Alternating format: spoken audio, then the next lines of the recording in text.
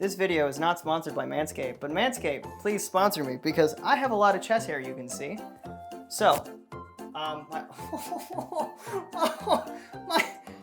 chest hair, look at this! I ripped out chest hair. I don't like chest hair. So, you know what you can do with Manscaped? You know what you can do with Manscaped? You can just shave your chest hair off. Oh, this is not really good. So I need to get a perfect cut so I can put a microphone. So bad. Right, ready? Now the microphone's gonna stick. Look at that. Manscaped. This is how we're starting the video. Well, the video has started. All right, ladies and gentlemen. That is the weirdest intro ever. I think that might just be the greatest video. Death to the chest hair. This video is not sponsored, YouTube, by the greatest shaving company ever, Manscaped, or what you want to call it, Kenscape. Because I'm about to escape out of this bit. Good afternoon, everybody. My name is Ken Kotis. Welcome to this video. I hope you guys are having a fantastic day. I'm a videographer and photographer. Roll that beautiful intro. All right. I know. I'm going to actually make an intro this time. But I did want to kind of talk about something that not a lot of people have experienced, but if you've been a photographer or from beginner to pro line, you've been asked this question. Do you do weddings? And man, believe me, I've done several weddings from the good to the worst. And let me tell you the do's and don'ts and my experiences with just coming from my first ever video wedding to my last photography wedding. Let's roll. First thing you want to do when you are a wedding photographer or videographer is sit down with the bride and groom and talk about what their expectations are. Because what I didn't do was for my first wedding, I didn't go and talk to them about what they were expecting. So when I delivered a 45-minute video, was a lot, but they loved it. And however, the expectations were a little less than that. So I had to go re-edit a shorter video for them to share with their friends and family. So if you are a beginner or pro, if you don't have a contract or you don't have a way that you can sit down with those clients, you're gonna get lost in the process. So you're gonna make a 45-minute video. You're gonna send 4,000 photos to the client. They're gonna get overwhelmed and they're gonna ask if you could do something different. So just as an FYI, make sure you can sit down with the clients, get a contract written, and have expectations so when you're on set and when you're at the wedding, so you'll be able to know what to do. So following contracts, make sure you have an itinerary. Make sure you know the location. Make sure you know what you're doing on site. So when you're filming, taking photos, and getting the equipment that you need to be successful, you have a great understanding in order to do that. The second wedding I've ever done was kind of the reason why I have those contracts, have those itineraries, sit down with the bride and groom multiple times, talk to them about a contract, talk to them about a secondary contract, having them understand every single bits and piece, because it's really hard for a content creator or a wedding photographer to be so overwhelmed with everything that's going on and then miss the amazing shot.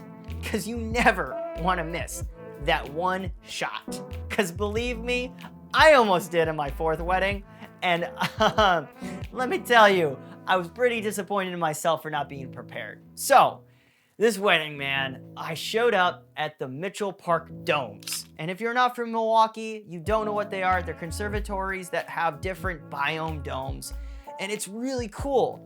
And this wedding was tropical themed. It was Africa themed. It was really fun, really great. However, they did not book the entire dome out. So they had pedestrians walking in my shot. Pedestrians walking in my shot. I had people that were in my frame while they kissed. The bride and groom didn't really care, it looked like, and I made sure like, hey, I'm not capable of recording the audio if I have a shotgun microphone but there's a waterfall behind you. Do you understand that? And I try to be as communicative as possible, and I made the video, and it turned out really well. But the things that I learned is make sure you know where they're shooting. If they said Mitchell Park Domes, which one? If they said this and that, go to the location before, scout out the frames, and make sure you know where you're going next. rolling into about the location and all of that, I will say capture the moment. Make sure you are set up in the right position. Make sure you have your settings all set, because once they kiss, that is it. You cannot recreate that moment. That is what the bride is looking for. You are getting paid for that specific photo. That bride will be a bridezilla after you if you don't get that one shot. Believe me, I've almost done it. And if you do get that shot, and it's perfect, it's golden, no matter what it is, everything is just relief. Because now you just get to take pictures of family and the bride and the husband and all of that. And now you get to party and you get to drink and take photos. And it's the best part. But I will say, remember to get that moment. That's point number 3, everybody. But we're rolling right into point number 4. Point number 4, man, get your equipment what you need. Even if you've got to charge yourself a $500 more, rent the equipment that you need. Because I'll say this, I got a buddy who's my coworker. He hit me up. He's like, hey, I need you to take a photography wedding. I'm like, all right, where is it? Appleton. Now I'm from Milwaukee. Appleton's about an hour and a half away. That's a little far. It's near Green Bay. It's kind of north of the giant lake that you see on Google Maps, right there. And there's a little stadium that's there. It's called the Timber Rattler Stadium. It is the minor league for baseball from the Milwaukee Brewers. It's one of the smaller minor leagues that is there. Now that day, I was getting close to that week, and I noticed some weather rolling in. I was kind of concerned. You know what? Let's pull through. I ordered an EOS R and a bunch of RF lenses, and I rented them. And I told the bride, hey, I'm renting this equipment. My price is gonna go up a little. Bride was totally fine. I told her I was gonna get the shot no matter what. Let me tell you, these photos, did I get the shot or did I not get the shot? Dude, it poured as soon as the bride walked on the field. It was an outdoor wedding. What are we supposed to do? Change the venue last minute? It was pouring, people were crying, mascara was running. It was disgusting. But let me tell you, watching that groom hold his bride's hand, tears in his eyes, her tears in their eyes, being protected by the bridesmaid and the groomsmen's umbrellas. That photo is what I love about weddings. Things weren't going right, but if I didn't have the equipment that I had, one of my cameras would have died. I would have never been able to get those shots because I would have been so far away. I hired a second shooter for $150 that day.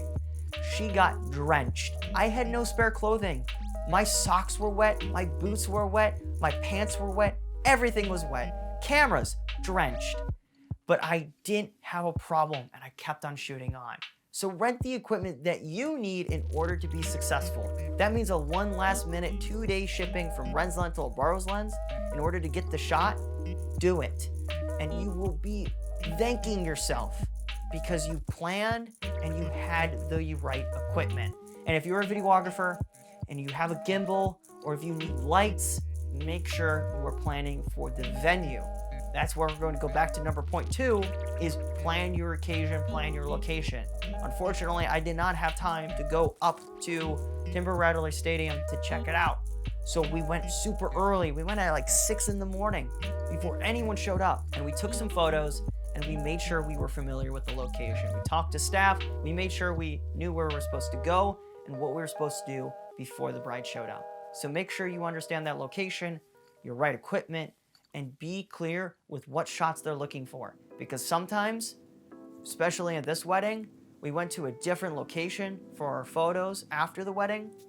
The bride had ideas and expectations that I wasn't told, that nobody knew besides her and the husband.